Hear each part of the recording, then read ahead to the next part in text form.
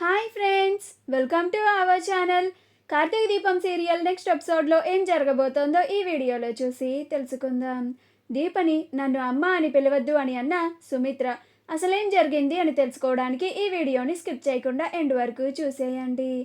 దీప తన పనంతా అయిపోయిన తరువాత కార్తీక్ బాబు ఇంకా ఇంటికి వెళ్దామా, మన కోసం శౌర్య ఇంట్లో ఎదురు చూస్తూ ఉంటుంది అని అంటుంది.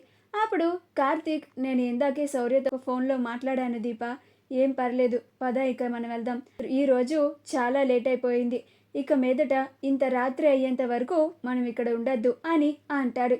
అప్పుడు దీప, అలాగే కార్తీక్ బాబు అని అంటుంది.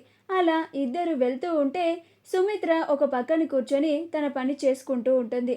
అప్పుడు దీప, ఉండండి కార్తీక్ బాబు అని సుమిత్ర దగ్గరికి వెళ్ళి వెళ్ళొస్తానమ్మా అని అంటుంది.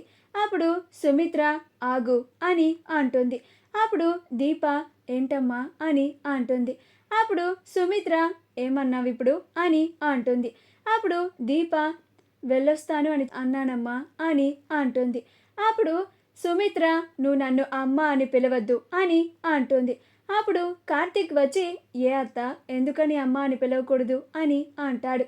అప్పుడు సుమిత్ర, దీపకి నాకు ఏం బంధం ఉందని నన్ను అమ్మ అన్న పిలుపుతో పిలుస్తుంది అని అంటుంది. అప్పుడు దీప ఏమీ మాట్లాడలేక మౌనంగా ఉంటుంది. అప్పుడు సుమిత్ర, చెప్పరా కార్తీక్, నీకు నాకు అంటే రక్త సంబంధం ఉంది, ఈ దీపకి నాకు ఏం సంబంధం ఉంది అని అంటుంది. అప్పుడు కార్తీక్ ఏమీ చెప్పలేక, దీపని కన్న కూతురత్త, కానీ నేను ఆ విషయాన్ని బయటికి చెప్పలేను అని అనుకుంటూ ఉంటాడు. అప్పుడు సుమిత్ర, నువ్వు చెప్పలేవురా, ఎందుకంటే ఈ దీప పరాయి మనిషి అని అంటుంది. ఆ మాటకి దీప చాలా బాధపడుతూ ఉంటుంది. అలా సుమిత్ర, ఇక నువ్వు నన్ను అమ్మ అని అస్సలు పిలవద్దు అని అంటుంది. అప్పుడు కార్తీక్, సరే అత్త, దీప ఇప్పుడు మీ ఇంట్లో పని మనిషిగా చేస్తుంది కదా, నువ్వు యజమాని కదా, అలా నిన్ను అమ్మ అని పిలుస్తుంది అని అంటాడు. అప్పుడు సుమిత్ర, ఏ రకంగా అయినా ఈ దీప నన్ను అమ్మ అని పిలవడానికి అస్సలు వీల్లేదు, పిలిస్తే మాత్రం నేను అస్సలు ఊరుకునేది లేదు అని అంటుంది. అప్పుడు దీప, ఎందుకమ్మా నా మీద అంత కోపం, నేనేం తప్పు చేశాను అని అంటుంది.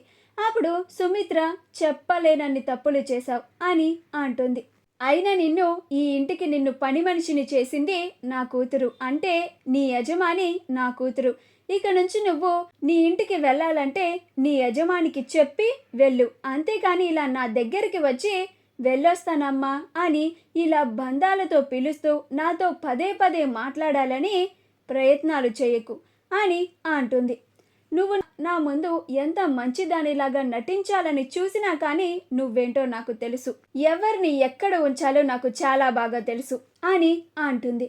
అప్పుడు కార్తీక్, నువ్వు దీపని అపార్థం చేసుకుంటున్నావత్తా అని అంటాడు.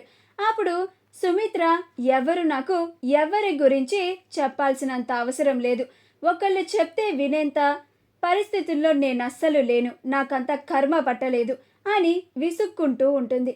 అప్పుడు కార్తీక్, ఎందుకత్తా అంతలాగా చీదరించుకుంటున్నావు అని అంటాడు.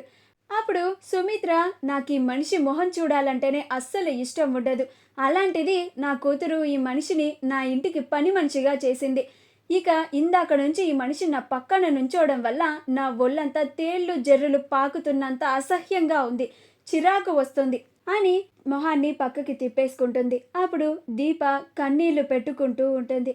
అలా కార్తీక్ దీపని తీసుకొని అక్కడి నుంచి వెళ్ళిపోతాడు.